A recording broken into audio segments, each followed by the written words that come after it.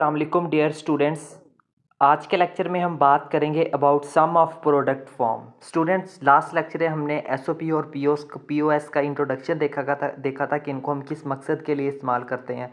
तो आज के लेक्चर में हम बात करेंगे sum of product mean SOP form की इन डिटेल। तो स्टार्ट करते हैं यहाँ से इसके इंट्रोडक्शन के साथ। It is one of the ways of writing a Boolean expression. ठीक है, एज द नेम, ये जो हमारे पास जो एसओपी या फिर सम ऑफ प्रोडक्ट फॉर्म है, ये क्या, ये हमारे पास एक वे है बोलियन एक्सप्रेशंस को लिखने का। एज द नेम सजेस्ट, जैसा कि इसका नाम सजेस्ट कर रहा है, क्या सजेस्ट कर रहा है, it is formed by adding or operation. ठीक है, ये किस तरह से बनता है, कुछ टर्म्स को ऐड करके। ऐड करने से मुराद यहाँ पे उनको आपस में प्लस करना नहीं है, ऐड करने से मुराद है उनके ऊपर हम कौन सा ऑपरेशन लगाते हैं, और ऑपरेशन लगाते हैं। ठीक है, the product terms, these product terms are also known as min terms. यानी कि उन जो हमारे पास जो प्रोडक्ट टर्म्स है उनके ऊपर हम आर ऑपरेशन लगाते हैं, फिर हमारे पास क्या बनती है, एसओपी फॉर्म बनती है। और वो जो प्रोडक्ट टर्म्स होती हैं उनको हम मीन टर्म्स का भी नाम देते हैं। ये भी हमने लास्ट लेक्चर के अंदर डिस्कस किया था कि मीन टर्म्स क्या होती हैं। मजीद इसको देखते हैं। Since the min terms are represented with m, जैसा कि जो मीन टर्म्स है उनको जो है वो हम स्मॉल एम से डोनेट करते हैं।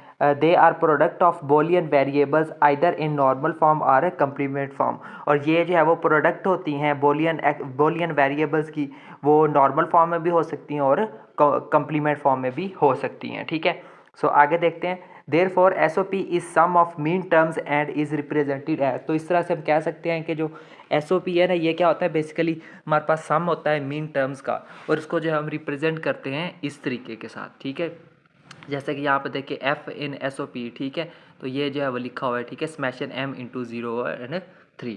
ठीक है, सो हेयर यहाँ पे ये जो एफ है ये क्या है, F is sum of mean terms. यहाँ पे एफ क्या है, सम ऑफ मीन टर्म्स को डोनेट कर रहा है, 0। और वो मीन टर्म्स कौन सी हैं, 0 एंड 3। यानी कि इसकी ये मैथमेटिकल फॉर्म है, ये थ्योरेटिकल फॉर्म है। हम इसको पढ़ेंगे sum of mean terms in S O P.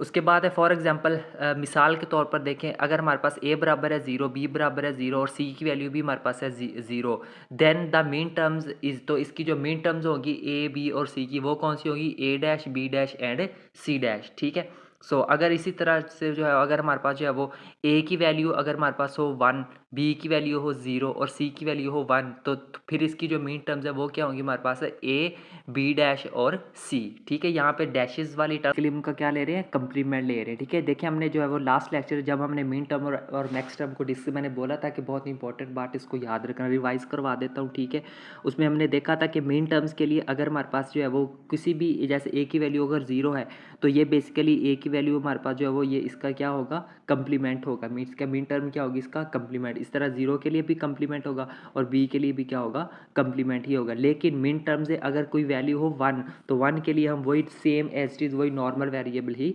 Use करते हैं। जैसे यहाँ पे देखिए a की वैल्यू हमारे पास 1 है तो a क्या रहेगा, नॉर्मल ही रहेगा। जबकि b की वैल्यू 0 है तो b का क्या होगा, कंप्लीमेंट वेरिएबल आएगा। और c की वैल्यू देखे 1 है तो यहाँ पे c का भी वेरिएबल क्या है, नॉर्मल वेरिएबल ही हमने लिखा है। ठीक है, तो ये बात मैंने समझाई थी तब कि आपने इसको अच्छे से याद रखना है। तो उसको मैंने फिर एक दफ़ा रिवाइज, याद रखना। मीन टर्म के अंदर, मीन टर्म्स में 0 है जो है वो, इसका हम कंप्लीमेंट लेना होता है, जबकि 1 का कंप्लीमेंट नहीं लेना होता। ठीक है, ये बात याद रखनी है। अब हम मजीद देखते हैं इसको। Consider a function x whose truth table is given as. मिसाल के तौर पर हमारे पास कोई भी एक हमारे पास फंक्शन है, उसको हम x का नाम देते हैं और उसका जो ट्रूथ टेबल है ना वो हमारे पास ये दिया हुआ है। ठीक है, इसको देखते हैं। Now the function x can be written in S O P form. अब इस, ये जो टेबल है, ट्रूथ टेबल है, या फिर ये जो फंक्शन है x, इसको जो है हम एस ओ पी की फॉर्म में भी लिख सकते हैं। कैसे लिख सकते हैं, by adding all the min terms with when x is high. उन तमाम मीन टर्म्स को ऐड करके, जब जहाँ पे x की वैल्यू क्या है, हाई है, मीन्स कि x की वैल्यू क्या है, 1 है। ठीक है, तो जहाँ जहाँ पे 1 आ रही है वहाँ उन सब वैल्यूज़ को हम क्या कर सकते हैं, ऐड कर सकते हैं। ऐड करने से मुराद ये है कि उनके ऊपर हम आर ऑपरेशन लगा सकते हैं। ठीक है, इस तरह से जो हम उसको एस ओ पी फॉर्म में कन्वर्ट कर सकते हैं। नोट, यहाँ पे एक बात काबिल गौर है, while writing S O P the following 2 convention is to be follow. तो ये जो 2 इंपॉर्टेंट कन्वेंशन है इनको जो है वो फॉलो किया जाता है।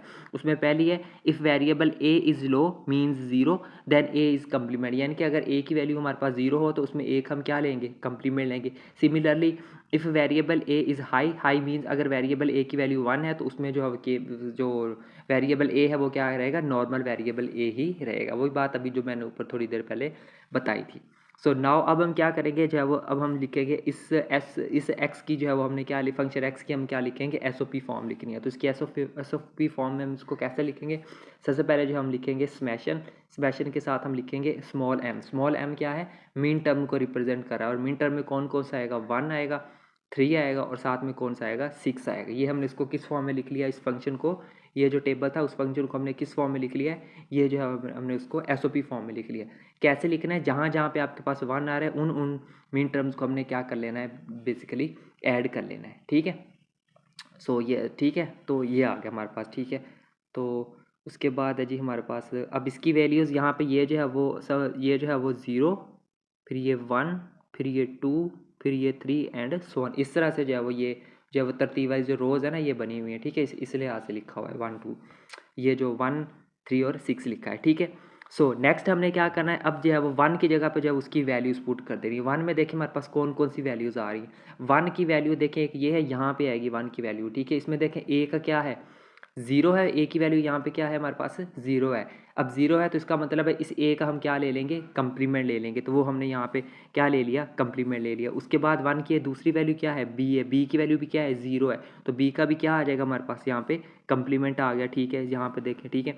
उसके बाद जो तीसरी वैल्यू वो क्या है, सी का क्या है, 1 है, तो 1 क्या रहेगा, सेम एज इट इज़ रहेगा। यहाँ पे देखिए सी जो है वो सेम एज इट इज़ आ गया। तो ये हमने किसकी वैल्यूज़ लिख ली हैं, ये हमने जो है वो इस 1 की वैल्यूज़ को लिख लिया है। अब हम लिखेंगे इस 3 की वैल्यूज़ को। 3 की वैल्यूज़ देखते हैं कहाँ पे हमारे पास 3 आ रहा है, ये आ रहा है हमारे पास 3, ठीक है। इसमें पहला ए है, ए की वैल्यू देखिए हमारे पास 0 है, 0 मीन्स एक हम क्या ले लेंगे, कंप्लीमेंट ले लेंगे। तो यहाँ पे देखें एक हमने क्या ले लिया है, कंप्लीमेंट ले लिया है। उसके बाद इसकी जो ए की दूसरी वैल्यू है वो क्या है, 1 है, मीन्स बी क्या रहेगा, सेम ही रहेगा। तो यहाँ पे देखें जो है वो बी की वैल्यू क्या आ रही है, यहाँ पे हमारे पास सेम एज इट इज़ आ रहा है। उसके बाद जो तीसरी वैल्यू है वो है हमारे पास फिर से 1 है, 1 मीन सी क्या रहेगा, सी ही रहेगा, नॉर्मल वैल्यू ही रहेगी। तो ये देखिए सी भी क्या है, नॉर्मल ही आ रहा है, सेम एज इट इज़। हमने जो है वो 6 की इस, ये जो हमारे पास जो 6 है ये वाला, इसकी वैल्यू उसको लिख लेना है हमने इस रो में से। इसमें देखिए 1 आ रहा था हमारे पास, ठीक है। तो वो जो है हम लिख लेंगे तो वो आ जाएगा हमारे पास A.B.C बार, ठीक है। तो ये हमने उनके ऊपर क्या लगा दिया, साथ में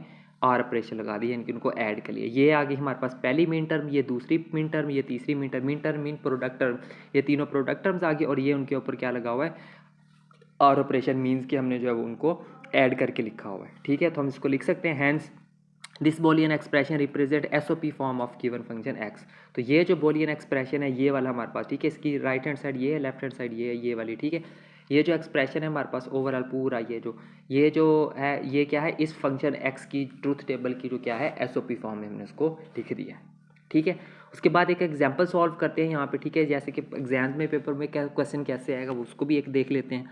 पेपर में क्वेश्चन आएगा, convert FABC is equal to pi into 1 2 4 5 into SOP form. यानी कि ये हमारे पास एक फंक्शन दिया हुआ है, इसको हमने जो है वो SOP फॉर्म में कन्वर्ट करना है, ठीक है। तो इस तरह से जो है वो सबसे पहले आप जो है एक टेबल ड्रॉ करेंगे, ठीक है। अब देखें यहाँ पे आपके पास 3 वेरिएबल्स हैं, तो आपने 3 वेरिएबल्स का जो है वो एक टेबल बना लेना। वैल्यूज़ कैसे पुट करनी है, वही पुराने वाला जैसे हमने ट्रूथ टेबल में डिस्कस किया था। अब 3 है तो 3 के लिए 3 के मैक्सिमम कम्बिनेशन कितने बन सकते हैं, 2⁻³ विच इज इक्वल टू 8। और 8 कम्बिनेशन वाला जो ट्रूथ टेबल है वो हम कैसे बनाते हैं, वो हमें पहले से आता है। पहले कॉलम में क्या करेंगे, पहले 4 जीरोज लिख लेंगे, फिर जो अब हम क्या करेंगे 4 वंस लिख लेंगे, ठीक है।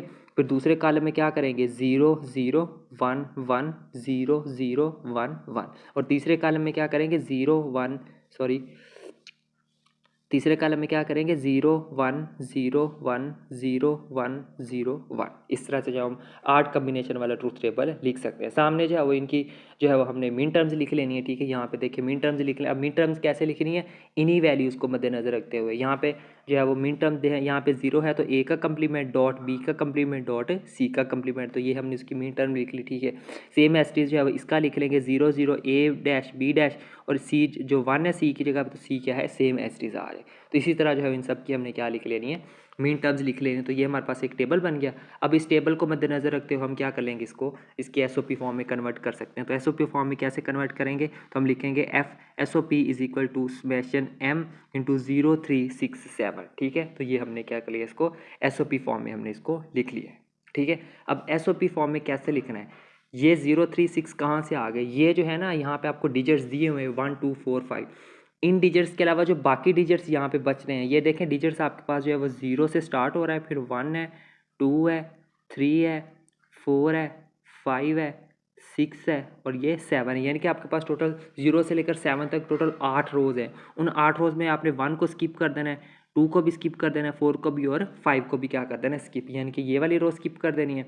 उसके बाद जो है वो यानी कि आपके पास जो जो रो यहाँ पे दिए हुए हैं, ठीक है।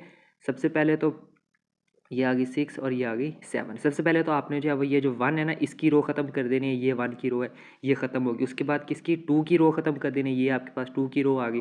उसके बाद जो है 4 है, 4 की रो को भी निगलेक्ट कर देना है, ये आ गई। उसके बाद 5 है, 5 की रो को भी क्या कर देना है, हमने निगलेक्ट कर देना है। पीछे कौन कौन सी रह गई, एक हमारे पास 0 रह गया, उसके अलावा हमारे पास 3 रह गया, उसके बाद जो है वो हमारे पास 6 और 7 रह गए। तो वो जो जो डिजिट्स रह गए तो हमने क्या करने हैं, यहाँ पे लिख लेना। तो ये उसकी क्या बन जाएगी, SOP फॉर्म बन जाएगी, ठीक है। तो इस तरह से जो है आप इनको लिखोगे। सो आप जो है वो इसको फिर आप ओपन करके भी लिख दो, ठीक है। 0 की जगह पे ये वाली 0 वाली लाइन है तो उसकी जगह पे उसकी मीन टर्म्स यहाँ पे हमने लिख दी हैं, प्लस ये जो 3 है तो यहाँ पे आज 3 कहाँ पे आता है, ठीक है। हमारे पास जो है वो 3 जो है वो हमारे पास ये वाली 3 की रो है तो उसकी ये वाली मीन टर्म्स हमने यहाँ पे लिख देनी। सेम एज टी 6 से जो है वो 6 हमारे पास ये आ रहा है तो 6 की ये मीन टर्म्स आ गई हमारे पास यहाँ पे, ठीक है। और सेम एज टी 7 की रो ये है तो ये आ गई हमारे पास 7 की मीन टर्म्स, ठीक है। तो ये हमने इसको किस में लिख दिया है, SOP फॉर्म। तो इस तरह से जो आप अगर पेपर में क्वेश्चन आता है, कोई भी फंक्शन आपको उसको कहते हैं कि SOP फॉर्म में कन्वर्ट करें, तो उसका पहले आप ट्रुथ टेबल बनाएंगे, ट्रुथ टेबल बनाने के बाद उसको आप उसकी SOP फॉर्म में कन्वर्ट करेंगे। तो उम्मीद करता हूँ आपको जो है वो SOP अच्छे से क्लियर हो गया होगा, इसका कंसेप्ट SOP का, ठीक है। तो सम ऑफ प्रोडक्ट, ठीक है, इसमें हम जो है प्रोडक्ट टर्म्स का क्या लेते हैं, सम लेते हैं, ठीक है। तो यही हमने जो है देखे लास्ट पर काम किया हुआ, ये देखे हमारे पास जो है वो ये प्रोडक्ट टर्म्स थी और ये उनका क्या आ गया, हमने जो है वो सम लिया हुआ है, ठीक है। तो इसलिए हम इसको कहते हैं sum of product form means SOP form. तो उम्मीद करता हूँ आपको आज का लेक्चर अच्छे से क्लियर हो गया सम ऑफ प्रोडक्ट फॉर्म वाला। तो SOP के लिए बस इतना ही था हमारे पास। नेक्स्ट लेक्चर में हम बात करेंगे product of terms form means POS form. So तब तक के लिए टेक केयर एंड अल्लाह हाफिज़।